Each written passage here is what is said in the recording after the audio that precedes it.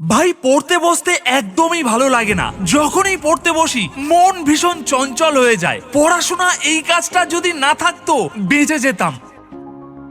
মাঝে মাঝে মনে হয় কবে আমি এই পড়াশোনার বাঁধন থেকে মুক্তি পাবো। এই চাপ আমি আর নিতে পারছি না, কবে এটা শেষ হবে। বিকেলে করে বন্ধুদের সাথে ঘুরতে যেতে খুব ইচ্ছে হয়। অনেক রাত পর্যন্ত মোবাইলে সিনেমা দেখতে খুব ভালো লাগে। প্রতিদিন সকাল 10টা-11টা পর্যন্ত যদি ঘুমাতে পারতাম তাহলে কি ভালোই না হতো। মাঝে মাঝে এটা ভেবে অবাক হয়ে যাই, যারা ক্লাসে টপ করে ওরা কিভাবে এত কিছু মনে রাখে, ওরা কিভাবে এত নাম্বার তুলতে পারে, ওদের ব্রেন একসাথে এত জিনিস ধরে রাখে কি করে। তোমার মনে হয় তুমি অনেক পড়াশোনা করছো, কিন্তু তা সত্ত্বেও পরীক্ষায় তুমি বেশি নাম্বার তুলতে পারো না। তোমার সাথেই পড়াশোনা করে কিছু স্টুডেন্ট 90%, 95% মার্কস নিয়ে আসছে, কিন্তু তুমি তার অর্ধেক তুলতে গিয়েই হাঁপিয়ে যাচ্ছ। এমন কি কারণ আছে যা একজন টপারের থেকে তোমাকে আলাদা করে দেয়? এমন কোন জিনিস আছে যার ব্যবহার করে তারা তোমার থেকে এগিয়ে যায়? কি ভাবছো এগুলোর জবাব আমি তোমাকে দেব? না বন্ধু, এগুলোর জবাব আজ তোমাকেই দিতে হবে। ওরা এমন কি কাজ করে যা তুমি করতে পারো না? ওরা এমন কি বুদ্ধি লাগায় যেগুলো তোমার মাথায় আসে না? কখনো কি ভাবতে বসেছো এই প্রশ্নগুলোর উত্তর? কোনো না কোনো কারণ তো নিশ্চিত আছে, কোনো না কোনো পার্থক্য তো অবশ্যই আছে, যে জন্য ওদের সাথে প্রতিযোগিতা করে তুমি জিততে পারো না। প্রতি বছর ওরা এগিয়ে যাচ্ছে, ভালো থেকে আরো ভালো করছে, আর তুমি সেই একই জায়গায় আটকে আছো। তাদের আর তোমার মধ্যে বিশেষ শারীরিক কোনো পার্থক্য তো নেই।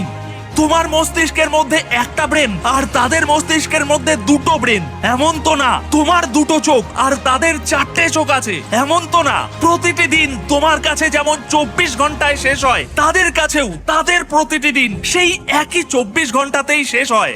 রাত বেড়ে গেলে তোমার যেমন ঘুম আসে, তাদেরও রাত জেগে পড়তে বসলে ঘুমে চোখ বুজে আসে। তোমার কাছে যেমন একটা স্মার্টফোন আছে, যেমন তুমি ইন্টারনেট ব্যবহার করো, ঠিক তেমনই তাদের হাতেও একটা স্মার্টফোন আছে। তোমার মতো তারাও ইন্টারনেট ব্যবহার করে। তাহলে তোমার আর তাদের মধ্যে পার্থক্য কিসের? শারীরিক কোনো বিষয়ে তুমি তাদের থেকে পিছিয়ে নেই, তুমি তাদের থেকে পিছিয়ে আছো মানসিক বিষয়ে। তুমি পড়াশোনা করো বাবা মায়ের চাপে পড়ে, সমাজের নিয়ম মেনে চলার জন্য। বই খুলে যখনই তুমি পড়তে বসো, তোমার একটাই উদ্দেশ্য থাকে, বইয়ে লেখা জিনিসগুলো মুখস্থ করে পরীক্ষার খাতায় সেই একই জিনিসগুলো লিখে দিয়ে অনেক নাম্বার নিয়ে আসা। কেন পড়লাম? কি জন্যে পড়লাম? পড়ে কি শিখলাম? কেন আমি পড়াশোনা করছি? তোমার মনে এরকম কোনো প্রশ্নই ওঠে না। তোমার একটাই লক্ষ্য, বেশি বেশি করে মুখস্থ করতে হবে, আর স্যার যখন প্রশ্ন করবে ওই মুখস্থ জিনিসগুলো বলে যেতে হবে। কিন্তু একজন টপার স্টুডেন্ট, সে পড়াশোনা করে বাবা মায়ের চাপে পড়ে বা সমাজের নিয়ম মানার জন্য নয়। বইতে যা লেখা আছে ওই লেখাগুলো মুখস্থ করে নিতে হবে। পড়তে বসে শুধুমাত্র এটাই তার উদ্দেশ্য থাকে না, মুখস্থ করার পাশাপাশি বইতে কি লেখা আছে সেগুলো মন দিয়ে বোঝা। আর এই জন্যই তারা তোমার থেকে অনেক বেশি মনে রাখতে পারে। পড়াশোনা করে পরীক্ষায় অনেক নাম্বার তোলা, এটাই তার একমাত্র লক্ষ্য থাকে না। তার লক্ষ্য এর থেকেও অনেক বড়।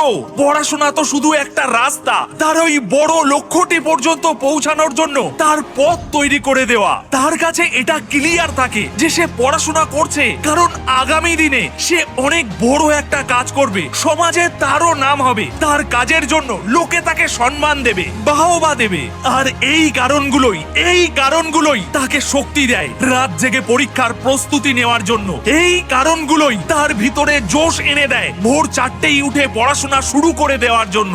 তারা সময়কে মূল্য দিতে জানে, সময়কে সঠিক ব্যবহার করতে জানে, কোন কাজ কখন আর কতটুকু করতে হবে এটা তারা বোঝে। মোবাইলের নোটিফিকেশন বা কোনো ফোন কল তার পড়াশোনায় বিঘ্ন ঘটাতে পারে বা তার একাগ্রতা নষ্ট করে দিতে পারে। তাই পড়তে বসলে সে তার মোবাইলের সুইচ অফ রাখে, আগে পড়াশোনা শেষ করে, তারপর সোশ্যাল মিডিয়ার মেসেজ চেক করে। আর এগুলোই হলো সেই বিশেষ পার্থক্য একটি এভারেজ স্টুডেন্ট আর একটি টপার স্টুডেন্টের মধ্যে, যে তার জীবনে কোনো একটা লক্ষ্য অর্জন করার জন্য পড়াশোনা করছে।